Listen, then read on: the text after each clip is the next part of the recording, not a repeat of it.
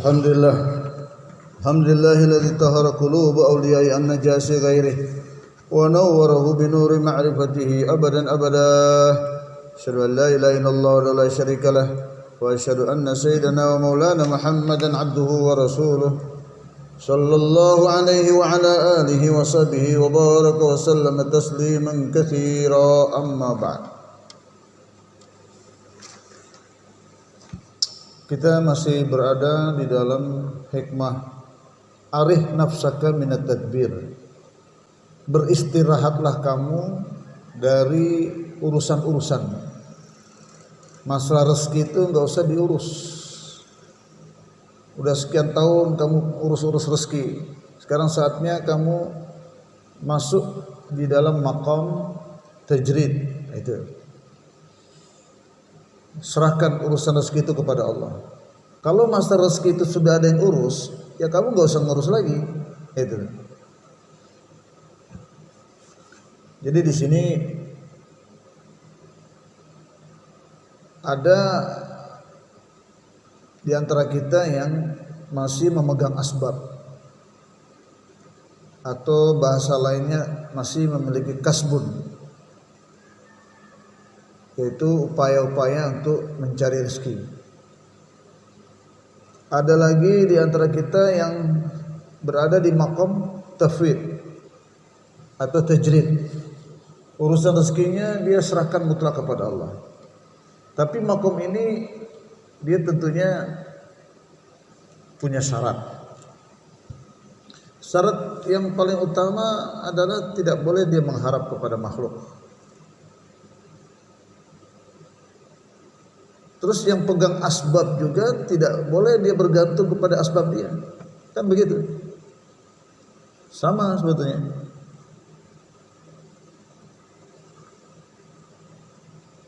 Dua-duanya makhluk. Nah, dalam nasihat yang lain, makom yang Allah telah berikan kepada kita, hendaknya kita ridho dengan makom itu.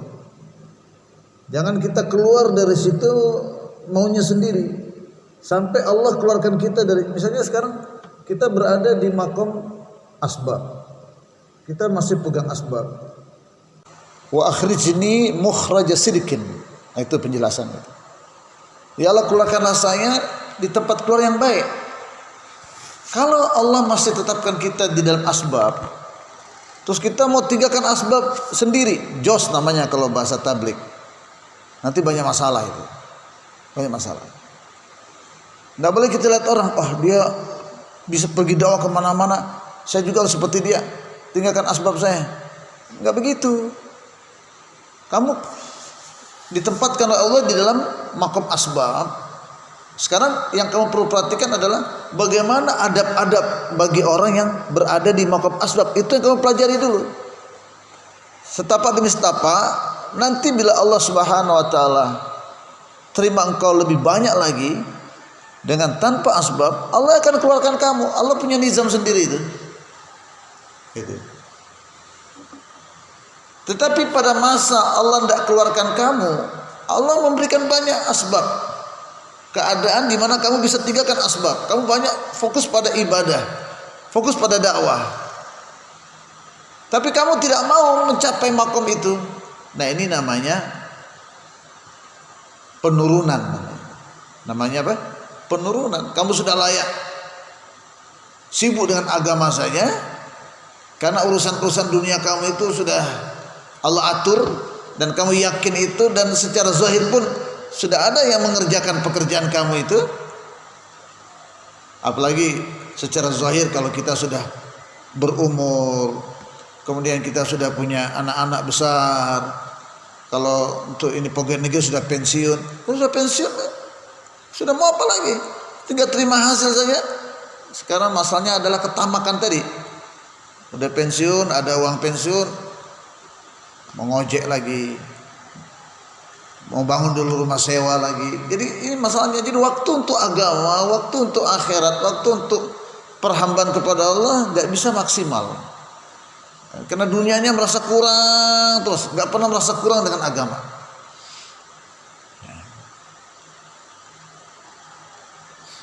Nah, sebaliknya, kalau kita masih berada di dalam maqam asbab, itu kita mau keluar dengan cara yang jos tanpa Allah, nah, itu syahwat namanya, syahwat yang tersembunyi. Kalau bahasa orang sekarang mungkin bagaya-bagaya, mau bagaya-bagaya, ada di maqam tajrid tanpa asbab, akhirnya nanti minta-minta. Nah, itu.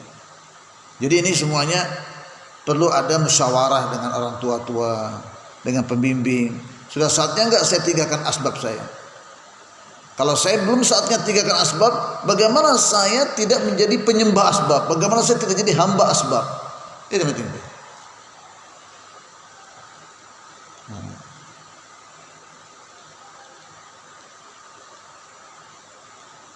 Jadi beristirahatlah kamu dari ngatur-ngatur masalah rezeki kamu, karena rezeki kamu itu sudah ada yang jamin. Kemarin sudah disinggung bahwa tadbir itu ada dua, tadbir yang mazmum ada tiga ya. Tadbir yang matlub dituntut, kita perlu buat aturan untuk itu agama itu terutama. Ada lagi tadbir yang mazmum tercela, itu dunia yang disertai dengan ketamakan. Ada lagi tadbir yang mubah, perkara-perkara yang perlu diperhatikan bagi orang-orang yang punya asbab. Yang pertama, rabtul azm ma'allah ta'ala qabla al-khuruj minal manzil anil afwi anil musiiina ilaihi idil aswaq mahal al-mukhasamah wal muqawalah. Orang yang punya asbab, misalnya dia punya toko di pasar, ya, maka sebelum dia keluar ke pasar, keluar dari rumah dia, maka dia buat azam yang kuat, niat yang kuat, keputusan yang kuat sebelum keluar daripada rumahnya, dari semua keburukan-keburukan pasar. Itu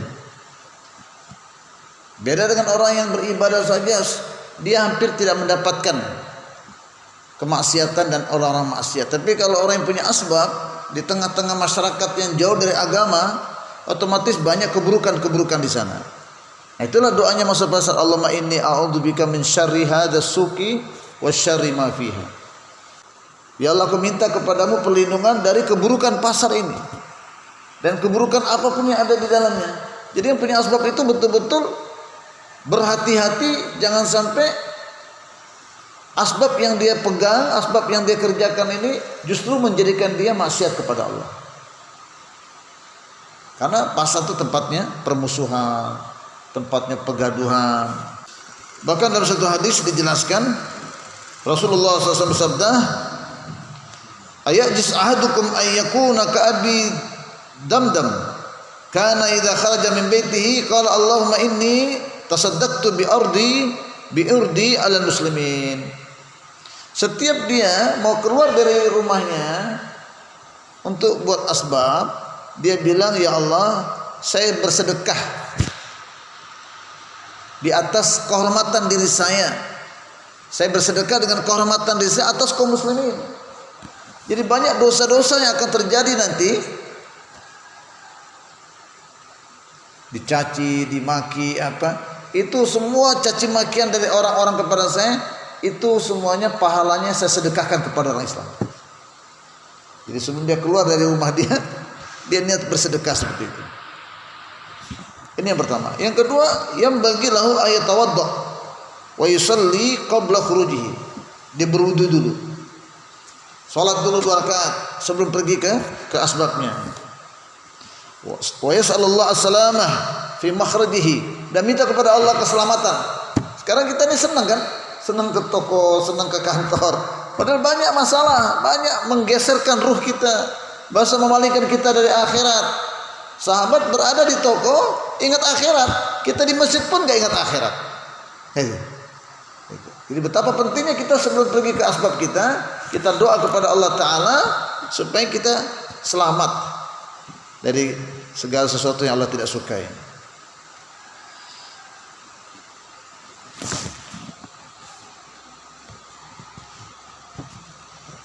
Jadi orang menuju ke pasar atau kepada asbab dunia dia Dia bagaimana dapat berpegang teguh kepada tali Allah.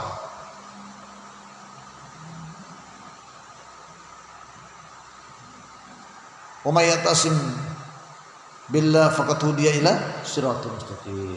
Maka berapa banyak di pasar, segala maksiat yang ada di pasar dia akan diselamatkan oleh Allah karena dia dari awal sudah berniat berpegang teguh kepada tali agama Allah.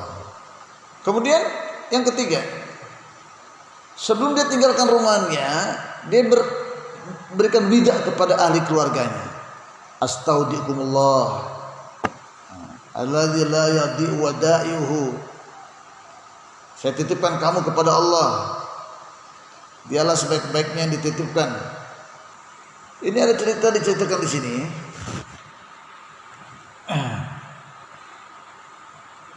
Ada seorang yang akan berpergian. Istrinya lagi hamil. Tatkala dia mau tinggalkan istrinya dalam keadaan hamil, ini bagus sekali kita amalkan ini juga kalau kita mau tinggalkan keluarga kita. Apa yang dia katakan kepada keluarganya dalam keadaan hamil ini dia pergi? Allahumma inni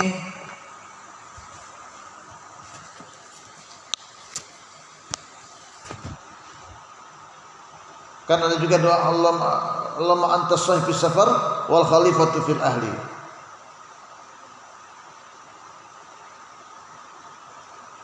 Allahumma inni astaudiuka, ya Allah aku titipkan kepadamu ya Allah, ma fi batniha, apa-apa yang ada di dalam perut istri saya. Ini coba lihat ini, kalau kita renungkan baik-baik, orang gara-gara hamil istrinya nggak bisa keluar, bukan nggak bisa, nggak mau keluar, alasannya istri saya sedang hamil.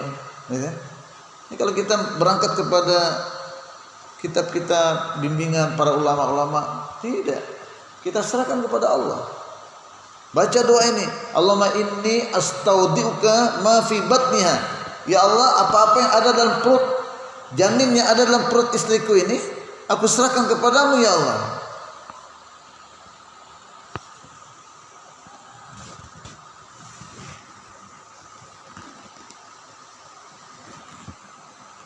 Akhirnya apa yang terjadi?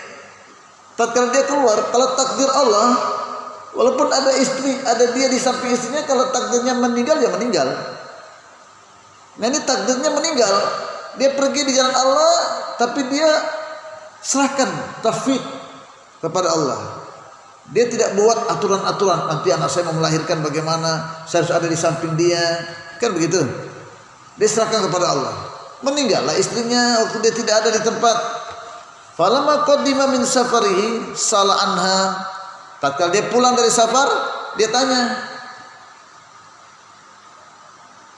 gimana keadaan istri saya? Maka faqila lahu, dikatakan kepadanya, tufiyat wa hiya hamil. Dia meninggal dalam keadaan hamil. Falamma kana al-lail ra'a nuran fil maqabir. Di tengah malam dia melihat ada nur di kuburan. Fatabi'ahu huwa, maka dia ikuti nur itu. Fa idza huwa fi qabriha, ternyata nur itu bersumber dari kuburan istrinya. Fa idza bisabi,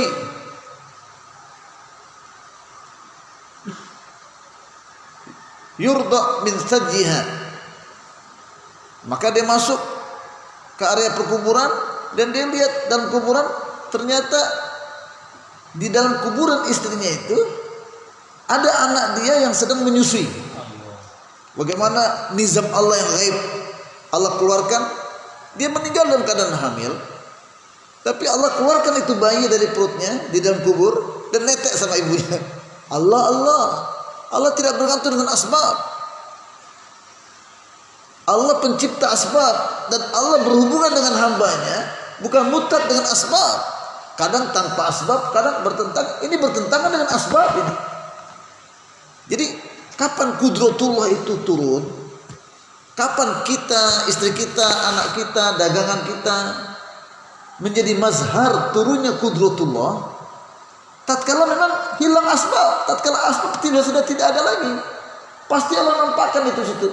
Bila hamba yakin kepada Allah, Bila hamba mutlak serahkan urusannya kepada Allah. Tapi hamba tidak mau. Sudah terlanjur yakin dengan asbab. Nah, orang yang yakinnya dengan asbab, kalau mati asbab dia tinggalkan, tapi dia bawa yakin kepada asbab di dalam kuburan. Di kuburan ditanya, siapa yang selesaikan masalah kamu? Dia mau jawab apa? Dia jawab asbab, ditoki oleh malaikat.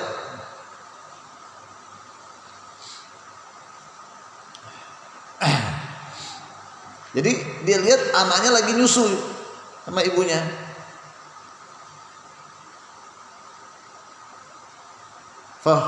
Fahatifa bihi hatif, terdengar suara bisikan, suara gaib. Ya hadza innaka istaudatana alwalad fawajadtahu amma law istauda'athuma jami'an. Allahu Akbar. Terdengar suara, ini suara dari Allah. Terdengar suara apa? Kan kamu sebelum pergi kamu titipkan anak itu kepada saya, kata Allah. Maka kau dapatin dia, bagaimana keadaan anak itu, selamat gak? Selamat. Kata Allah, coba kau titipkan kedua-duanya, istrimu pun selamat. Allah. Gimana kita yakin seperti ini? Kapan kita yakin? Kalau enggak kita, ini makanya 3 hari kita dilatih tinggalkan asbab. Setiap tahun dilatih kita tinggalkan asbab. Bukan kacang-kacang ini tabligh ini. Bukan menghinakan kita, bukan supaya kita itu miskin, bukan. Program dakwah ini menjadikan makom kita tinggi. Beda dengan orang yang terus pegang asbab terus. Jelas beda lah. Orang cari duit terus dengan orang yang korban tidak cari duit, setiap bulan 3 hari tidak cari duit. Beda. Ganjaran dan kedudukan di sisi Allah Ta'ala berdasarkan pengorbanan. Yang keempat, bagi orang yang punya asbab atau cari asbab, yustahabbu lahu idza kharaja min manzilihi ayyakul. Keluar daripada rumah baca doa ini. Kebanyakan kita enggak baca. Asik, saya mau jualan di sana, saya mau ini proyek di sana, lupa baca doa.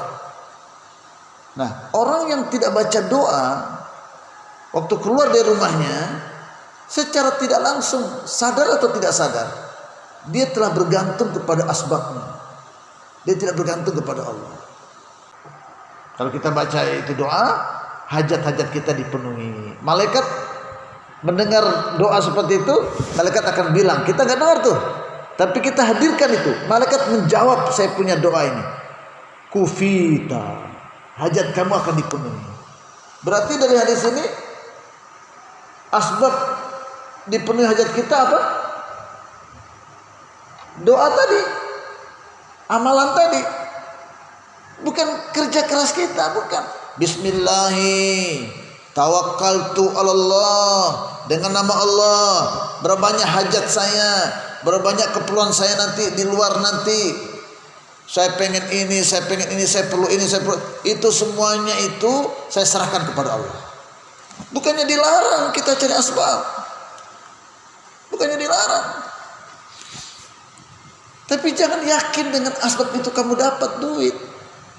Berapa banyak duit yang kau butuhkan, serahkan kepada Allah dengan membaca doa tadi itu. Tapi tetap kamu ke pasar, yang ke toko, yang ke kebun silakan, yang ke kantor silakan, tapi ini baca.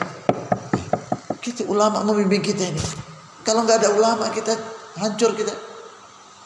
Dunia semuanya, nggak ada akhirat. Baca doa ini, Bismillahirrahmanirrahim. Saya bersandar urusan saya itu kepada Allah, bukan kepada kerja keras saya, kepintaran saya, sarjana saya, tidak. La haula wala quwata.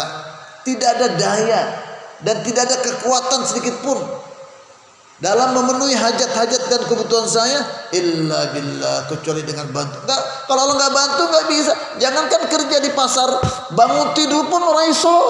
Bangun tidur ora iso tanpa Allah. Coba itu. Dengan kita keluar ke asbab, yakin kita bertambah, makrifah kita kepada Allah bertambah, ta'alluq kita kepada Allah bertambah, kita dapat pahala juga. Yang kelima, pertama kufita, yang kedua hudita. Nah, berapa banyak perjalanan kamu, kalau ada masalah, ada urusan apa, nanti kamu diberi petunjuk bagaimana menyelesaikan masalah itu. Allah bimbing kita. Kufita wa hudita. Kamu dicukupi, kamu diberikan petunjuk. Wa tanahangka syaitan, dan setan tidak akan bisa menggoda kamu. Setan tidak akan bisa menguasai kamu. 4 amal ganjaran diberikan dengan kita baca hidupkan sunnah itu. Yang kelima, al-amru bil ma'ruf wan nahyi anil munkar. Kita berangkat ke pasar nih. Lihat tiba-tiba di pasar orang enggak sholat, mau zuhur ini, kita ajak dia sholat. Kita lihat tetangga kita toko buah-buahan yang bagus di atas, tapi di bawahnya ada buah-buahan yang busuk-busuk, yang tidak bagus, timbangannya kurang baik dan sebagainya. Kita tegur dia, kita cegah dia daripada kemungkaran itu. Bukan toh hanya cari duit, masa bodoh dengan orang mau masuk surga ke neraka kah, yang penting saya sholat. Enggak begitu. Dia punya hak untuk kita ingatkan dia pada agama. Nah, bagaimana kita bisa ingatkan dia? Kalau kita tidak punya keberanian, kita tidak punya pengalaman untuk itu, maka kita keluar belajar. Yang keenam, ayyakuna masyuhu bis sakinah wal waqar. Waktu kita berjalan menuju ke pasar dengan tenang, kata orang Inggris, boten ke susu, ya. Jangan tergesa-gesa, tenang, jos, mau cepat-cepat. Ke pasar cepat-cepat, buka toko, nanti ke masjid lambat-lambat. Yang ketujuh, ayat Allah Ta'ala fi suqihi. Selama di pasar baca doa, ya dah. Allahumma inni a'udzubika min syarri hadha suqi wa syarri ma fiha wa as'aluka khairaha wa khaira ma fiha. Berjalan di tengah-tengah pasar, la ilaha illallah wahdahu la syarikalah, lahul mulku wa lahul hamdu yuhyi wa yumiitu wa ala kulli syai'in qadir. Yang kedelapan, alla yushgiluhu ma wa fihi minal mubaya'ah wal ma'as anin nuhud ila shalah fi awqatiha jama'atan. Jadi jangan sampai kesibukan kita di pasar waktu sholat berjamaah terbengkalai. Ada pelajaran ulama datang di masjid di pasar mengajar, kita nggak mau duduk karena kita sibuk ngurus konsumen. Tidak begitu, tapi kosongkan waktu kita juga. Yang kesembilan, tarkul khalaf, jangan membiasakan sumpah. Nah, ini pedagang banyak itu, demi Allah saya belum dapat kembali keuntungan, padahal sudah dapat itu. Maksud dia belum dapat untung yang banyak, ya, tapi udah untung kan. Tapi dia bilang, demi Allah saya belum untung itu, ini untuk bapak saya kasih demikian. Padahal tadi ada orang bilang juga begitu. Ini kalimat-kalimat bohong-bohong semua ini sering keluar daripada mulut pedagang, harus dihindari. Yang ke-10, kaful lisanu anil ghibah, jangan ghibah, jangan namimah, adu domba. Hadirin bapak saudara yang dimuliakan Allah Subhanahu wa taala. Kemudian di sini penting sekali,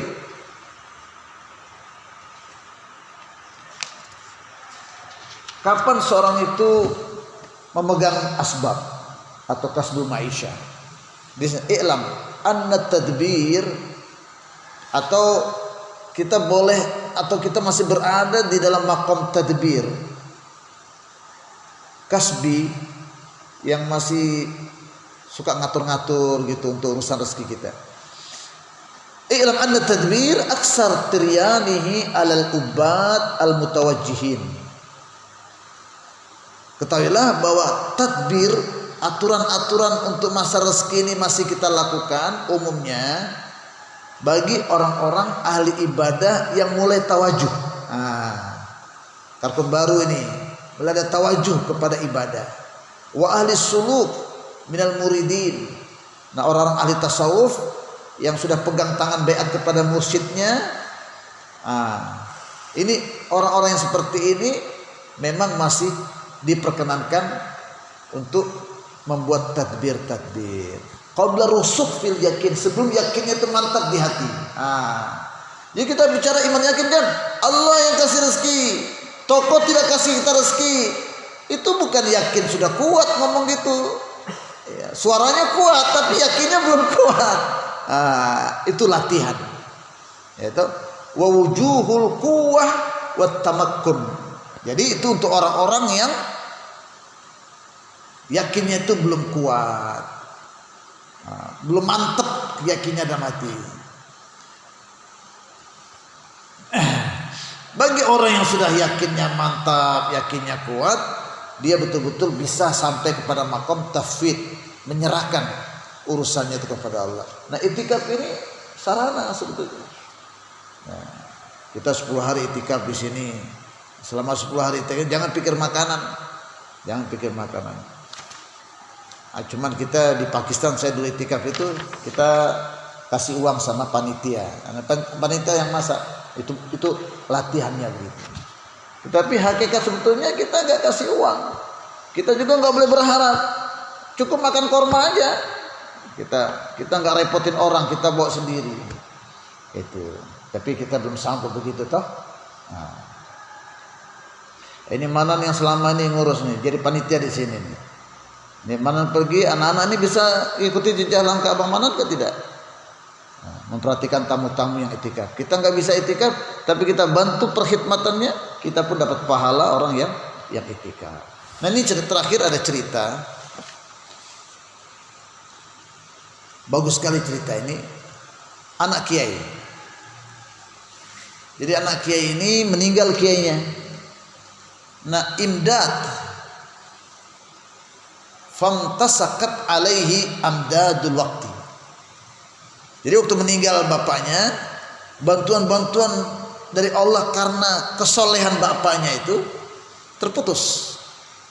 Karena Allah berikan bantuan itu berdasarkan tingkatan ketakwaan. Nah, anaknya belum sampai kepada tingkatan takwa itu, maka min haitsu la yahtasib itu tidak didapati lagi oleh anaknya. Yang selama ini didapat itu dari bapaknya. Dan bapaknya punya santri, alumni sudah bertebaran. Ada yang sampai di Irak. Nah, Irak ini dulu Baghdad, ibu kota Khilafah Islam. Maka dia berpikir untuk cari alumni bapaknya, ya kan? Maka buat keputusan berangkat ke Irak. Tatkala sampai di Irak ketemu dengan alumni bapaknya, diikramlah, karena ini anaknya kiai. Orang Jawa bilang Gus. Maka murid bapaknya dibilang, ya Sayyidi wa ibn Sayyidi, wahai tuanku dan anak daripada tuanku. Jadi kalau orang Mesir itu biasa panggil orang-orang yang dihormati dengan Sayyidi. Sayyidi artinya Sayyidi, Sayyid tuan. Malladhi ja'abik, kenapa kamu datang ke sini jauh-jauh, ya dah? Maka jawab anak kiainya, tawaqqaftu ala asbabi dunia. Saya ini masih berada di makom asbab ini. Bapak meninggal nih, saya nggak punya apa-apa lagi. Saya mau cari asbab, gitu ya. Fa uridu an tatahaddas li 'inda amiril baldah. Maka saya pengen kau antum gimana sih, lobby lah dengan sultan gitu. Saya ini mau jadi anggota DPR kah, menjadi pegawai kah, atau mungkin menjadi mufti kah, gitu. Karena murid bapaknya ini punya kedudukan di situ, dikenal sebagai seorang syekh. Ini murid bapaknya ini makamnya tajrid, sedangkan ini anak pakai ini makamnya makam asbab. La'alla ayyaj'alani ala jihati min juhat. Siapa tahu nanti khalifah akan memberikan saya pekerjaan, kedudukan yang bisa saya perbaiki maisha saya. Fa yakunu fiha maisha, sehingga maisha saya jadi lebih baik. Tamsiyatu hali. Fa atraqa syekh maliyan. Begini. Saya itu tundukkan kepalanya sebentar. Wa rafa ra'sahu ilaihi. Terus setelah itu diangkat kepalanya menghadap kepada gusnya itu.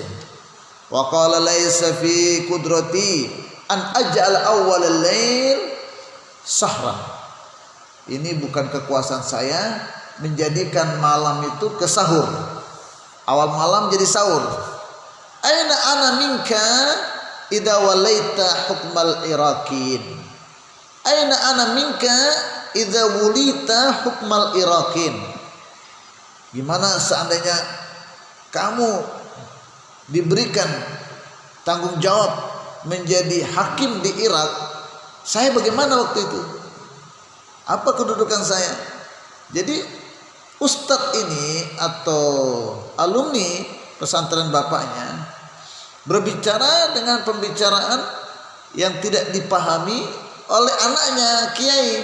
Karena anaknya kiai ini berkutit pada asbab, sedangkan kiai ini makamnya makam tajrid, maka bahasa-bahasa dia bahasa-bahasa hikmah.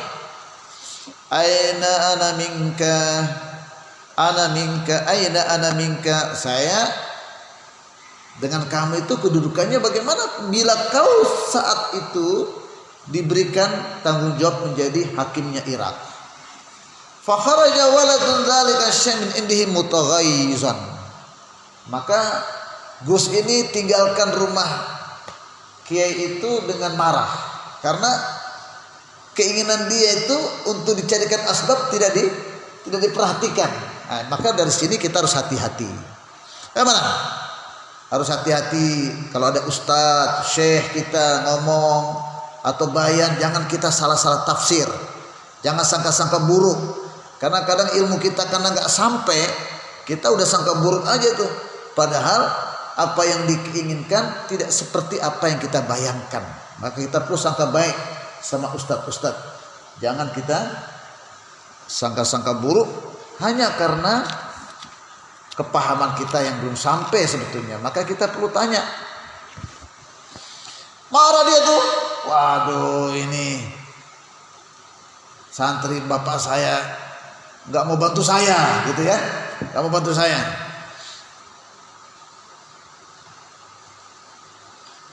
Walam yafham ma qala lahu ar-rajul salih.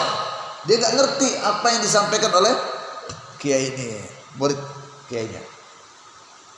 Fattafaqa anna talabal khalifah, intinya hadirin, tiba-tiba beberapa waktu kemudian khalifah di Irak itu minta sama ustadz ini, ulama di kampung di daerah itu, tolong carikan ustadz yang bisa mengajar anak saya. Jadi Allah telah memberikan firasat kepada murid bapaknya ini, yaitu kejadian itu. Maka khalifah minta, tolong dong, anak saya ini mau belajar, carikan ustadz yang cocok untuk anak saya. Maka ditunjukkanlah anak kiainya itu.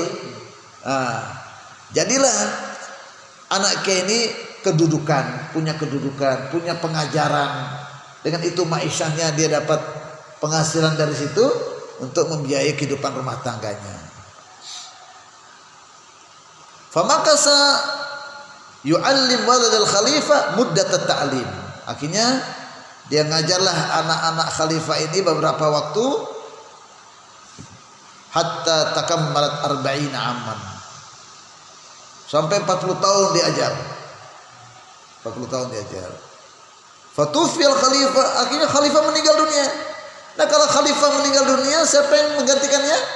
Anaknya. Karena anaknya jadi khalifah, anaknya mau balas jasa kepada ustadznya. Maka ustadznya itu dijadikan hakim tinggi, mufti azam di Irak.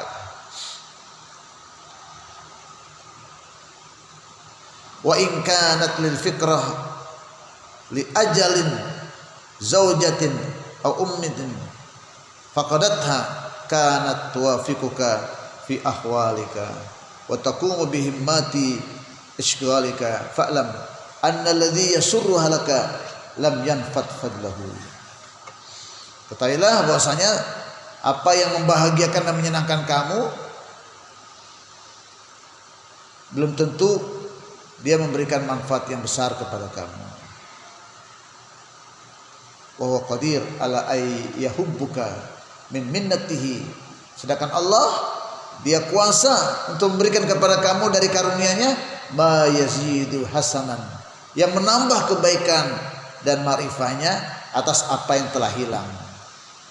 Fala takum minal jahilin, jangan jadi orang-orang bodoh. Wa wujuhut tadbir la tata'adda ajilatuha. Sedangkan aturan-aturan yang kamu buat tidak akan menambah kebaikan-kebaikan di belakang hari. Kamu punya cita-cita, kamu punya program, tidak akan bisa merobek takdir. Yang terjadi apa yang ditakdirkan, yang kamu atur-atur belum tentu jadi. Nah, oleh itulah kita disuruh istikharah. Minta petunjuk sama Allah. Saya mau ini, boleh enggak ya Allah?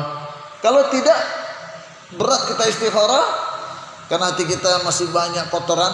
Kita dianjurkan musyawarah dengan wali-wali Allah, musyawarah dengan ahlullah, musyawarah dengan ulama-ulama yang soleh yang membimbing kita supaya kita dekat dengan Allah dan jauh daripada hawa dan nafsu serta tipu daya syaitan. Wassallallahu ala khairil khalqi sayyidina Muhammadin nabiyil ummi wa ala alihi wa sahbihi wa baraka wasallam.